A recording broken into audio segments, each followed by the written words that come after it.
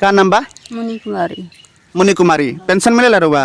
हैं? ना, पेंशन ना मिलेला?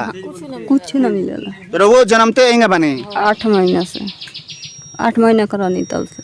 अच्छा, 8 महीना के बचपन में रहनी तब से दोनों पैर काम ना करेला? हाँ, साइकिल मिले ट्राई कुछ साइकिल? नहीं का मिलेला हमरा, कुछ न मिलेला। हमरा पता चलल कि और आधारो कार्ड नहीं के बनल। ना आधार कार्ड बनल बा, कटे जाके बनवानी। आधार कार्ड बन गए? हाँ, कटे से बनवा के लिए। कितना दिन पहले आधार कार्ड बनल? इस साल अथी कहले 12वां महीना में 28 तारीख के बनल। मैंने 12वां महीना में करीब हमरा बुझाता है कि 5-6 महीना हो गए बनले। हाँ, बन मैंने गइल। चुनाव से पहले बनल है? हाँ, वोट दनी है ना। अच्छा, वोट देनी है। के बा घर में के कमाला? अथी हमार पापा कमाले। पापा कमानी? का करनी पापा? खेत के काम, हैं? खेत के काम करल है। खेती गृहस्थी करे नहीं वहाँ के, माने किसान हैं। हाँ,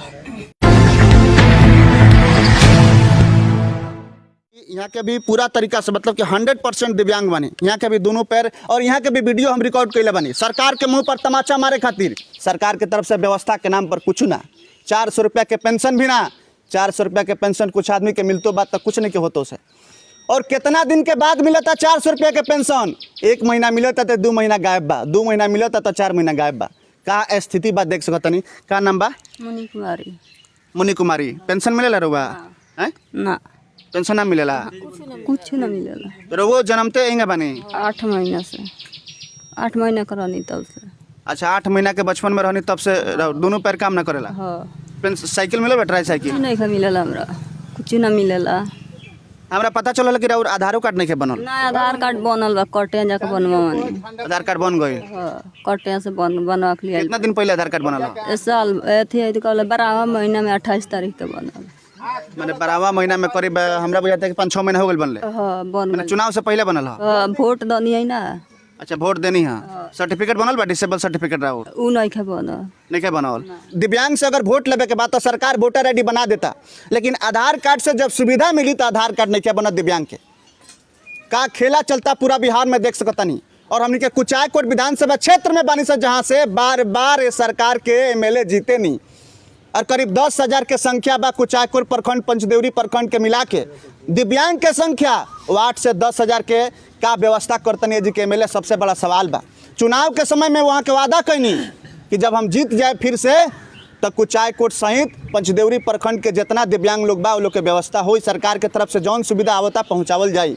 लेकिन सरकार के तरफ से जौन सुविधा बनावल गई बा पंचायत स्तर तक कि मुखिया के वार्ड के सुविधा देवे के बाबत दिव्यांग के अपना पंचायत में देख के वो भी सुविधा नहीं के पहुँचत। कौना पंचायत के जनप्रतिनिधि के तरफ से वो पंचायत के दिव्यांग के सुविधा दिया था? सबसे बड़ा सवाल बा, सबसे बड़ा बहस बा। और ये बहस जौन बा भोजपुरिया झकोरा छेड़ दिला बा और आखिरी सांस तक भोजपुरिया झकोरा के जंग जारी रही तो कुछ ना मिलेला सरकार की तरफ। हमरा कुछ न मिलेला। के बा घर में के कमाला? अथी हमार पापा कमाले। पापा कमानी? का करनी पापा? खेत के काम, हैं? खेत के काम करल है। खेती गृहस्थी करे नहीं वहाँ के, माने किसान हैं। हाँ, देखिए कि यहाँ के 8 महीना के रहनी तब से यहाँ के दिव्यांग बनी। मतलब कि आँख से आंसू हो जाता, पूरा रोआ खड़ा हो जाता। और सरकार लागल बा दलाली करे में, सरकार लागल बा भ्रष्टाचार के बढ़ावा देवे में, सरकार लागल बा गंगा में लाश बहवावे में, सरकार लागल बा एम्बुलेंस चोरी करे में, सरकार लागल बा रेमडेसिविर इंजेक्शन के दलाली करे में। सबसे बड़ा सवाल, सबसे बड़ा बहस बा कि आखिर एक घर तक के परिवार के न्याय कब मिली? जौन गोपालगंज जिला में सिर्फ 1 लाख से ज़्यादा दिव्यांग बड़े, वो सबके न्याय कैसे मिली? मात्र 17 से 18 हज़ार के पेंशन, संख्या 1 लाख। बाकी लोग के का भइल? बाकी लोग कहाँ भइल? सबसे बड़ा सवाल बा, सबसे बड़ा बहस बा।